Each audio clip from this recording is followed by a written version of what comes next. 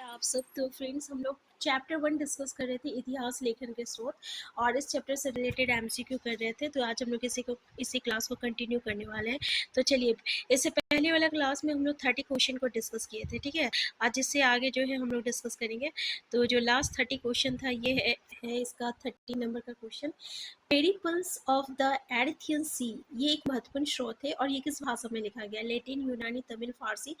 जैसे कि answer B हो जाएगा, यूनानी हो जाएगा। और ये एक व्यापारिक दस्तावेज है, ठीक है। और इसमें हम लोगों का भारत और रोम का जो व्यापारिक संबंध है और बंदरगाहों की जानकारी मिलती है। नेक्स्ट क्वेश्चन है आपका। तो आज के क्लास में यहाँ से हम लोग कंटिन्यू करेंगे, ठीक है। क्वेश्चन नंबर 31 से, ब्राह्मी लिपि किस दिशा में पढ़ी जाती है? दाएं से बाएं, ऊपर से नीचे, बाएं से दाएं और गोलाकार। बहुत ही अच्छा क्वेश्चन है। तो ये बाएं से दाएं पढ़ा जाता है, आंसर सी हो जाएगा, बाएं से दाएं पढ़ा जाता है, ठीक है। तो ब्राह्मी लिपि जो है ना, प्राचीन भारत की एक प्रमुख लिपि थी जो बाएं से दाएं पढ़ी जाती थी। अशोक शिलालेख जो है ना, ये इसी लिपि में लिखा गया है। नेक्स्ट है, पिलने किस प्रकार का स्रोत माने जाते हैं? विदेशी यात्रा वृत्तांत, साहित्यिक महाकाव्य, पुराण और राजकीय प्रशस्ति। क्या हो जाएगा आंसर? विदेशी यात्रा वृत्तांत है, आंसर ये हो जाएगा, ठीक है। पिलनी जो है एक विदेशी यात्रा वृत्तांत है। पिलनी एक रोमन लेखक थे जिसने भारत और रोम के जो व्यापारिक संबंध है उसके बारे में लिखा था।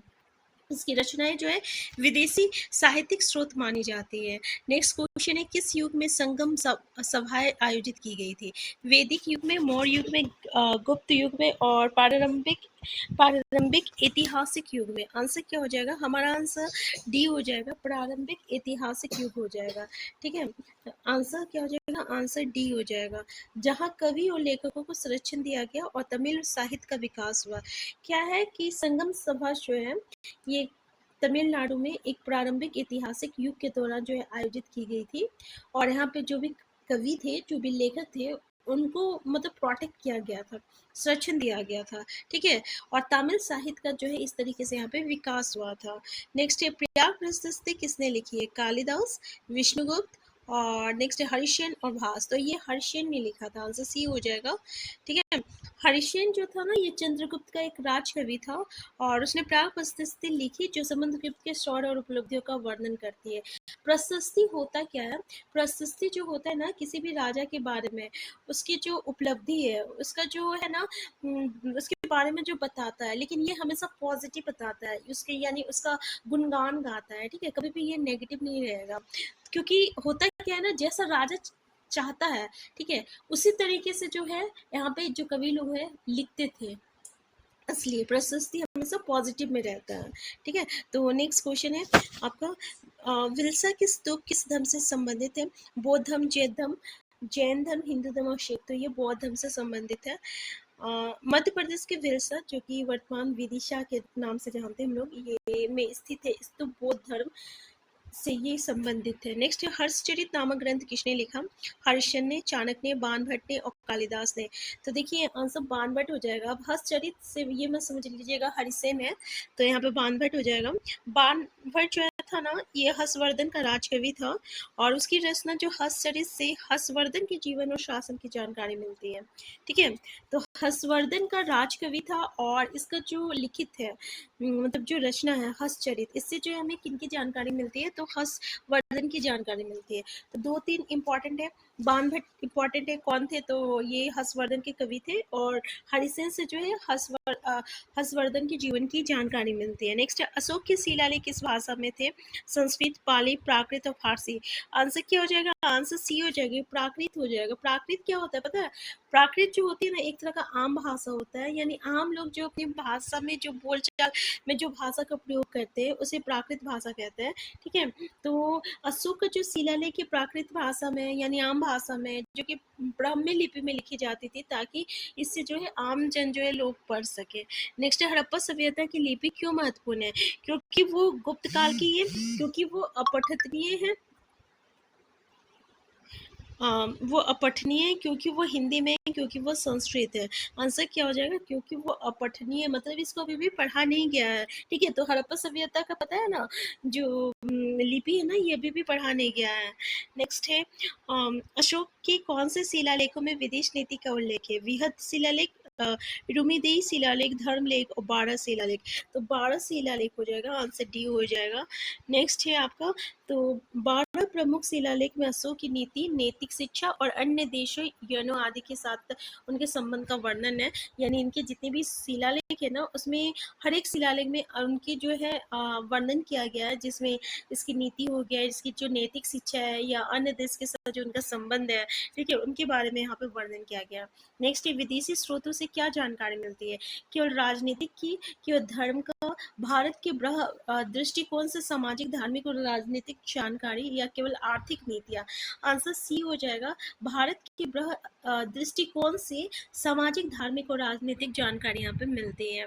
नेक्स्ट क्वेश्चन है, पुरातत्व स्रोत में कौन सा दैनिक जीवन के बारे में जानकारी देता है? शिलालेख, धार्मिक ग्रंथ, मृदांड और आत्मकथा?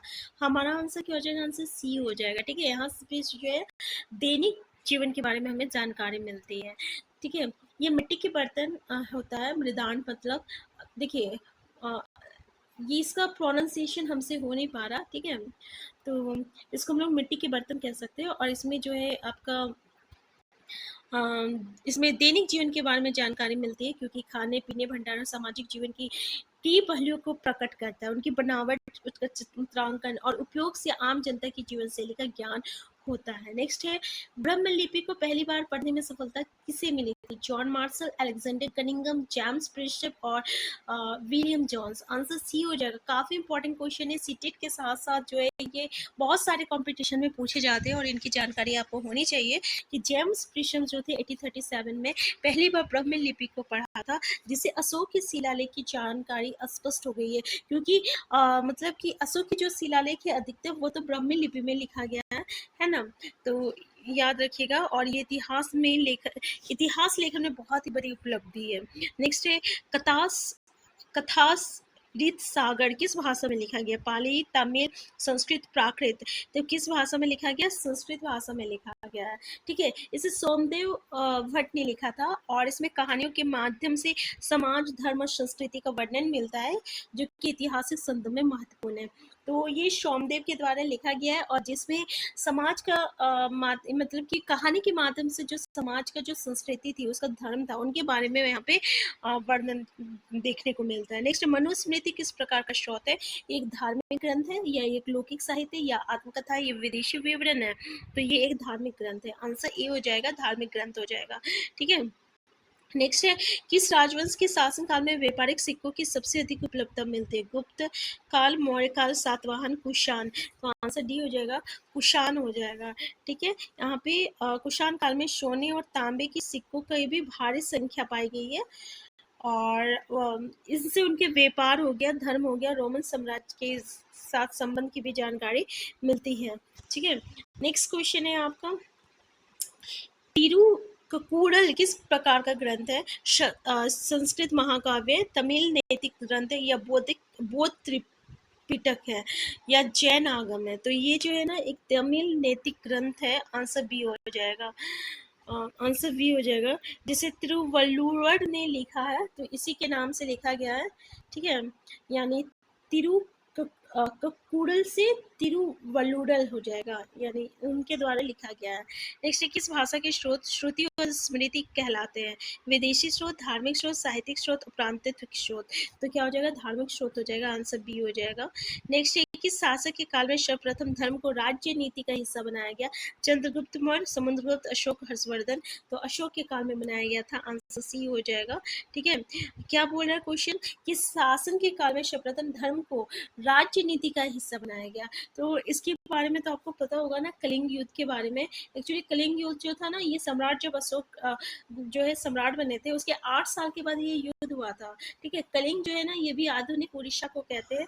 इसमें इतने लोग मारे गए, इतने लोग जो है मतलब घायल हो गए, यानी 1 लाख मारे गए थे, 1.5 लाख से भी ज्यादा जो है लोग घायल हो गए थे। और तो इस तरीके से जो है ना, इनका हृदय जो है परिवर्तन हो गया था और इन्होंने बौद्ध धर्म को अपना लिया था। ठीक है, और धर्म की अवधारणा के तहत जो है नैतिकता, अस्तित्व और करुणा को अपनी शासन नीति का मूल बनाया था। तो ये क्वेश्चन कई बार पूछा जाता है। और अशोक का जो शिलालेख है, ठीक है ना, 13वीं शिलालेख के बारे में, 13वीं शिलालेख यानी आपको पता है 900 के 14 शिलालेख है, इसमें जो 13वीं शिलालेख है ना उसमें कलिंग युद्ध का वर्णन देखने को मिलता है। नेक्स्ट है विदेशी यात्रियों द्वारा लिखित यात्रा वृतांत कौन से स्रोत माने जाते हैं? साहित्यिक स्रोत, मौखिक स्रोत या प्रांतिक स्रोत या धर्म शास्त्र। तो ये एक तरह का साहित्यिक स्रोत है। नेक्स्ट, इतिहास को प्रामाणिक बनाने के लिए इतिहासकार क्या करते थे? केवल धार्मिक ग्रंथ पढ़ते थे, केवल पुरानी किताबें? स्रोतों का मूल्यांकन और तुलनात्मक विश्लेषण करते थे। तो आंसर सी हो जाएगा यहाँ पे। तो ये था चैप्टर आपका फर्स्ट चैप्टर, जो कि हमने जेटेक का फर्स्ट चैप्टर को डिस्कस किया, उसका जो भी इंपॉर्टेंट एमसीक्यू था उसको डिस्कस किए। ठीक है, तो नेक्स्ट क्लास में जो नेक्स्ट टॉपिक है ना उसको हम लोग डिस्कस करेंगे। तो जो भी हमारा जेटेट का जो हिस्ट्री, सिविक्स जो भी है हमारे, ठीक है, तो उसका हम बारे में, उसका जो हमारा जो सिलेबस दिया है उसी के अकॉर्डिंग जो है यहाँ पे हम लोग डिस्कस करने वाले हैं। तो हम फिर मिलते हैं नेक्स्ट क्लास में। Thank you.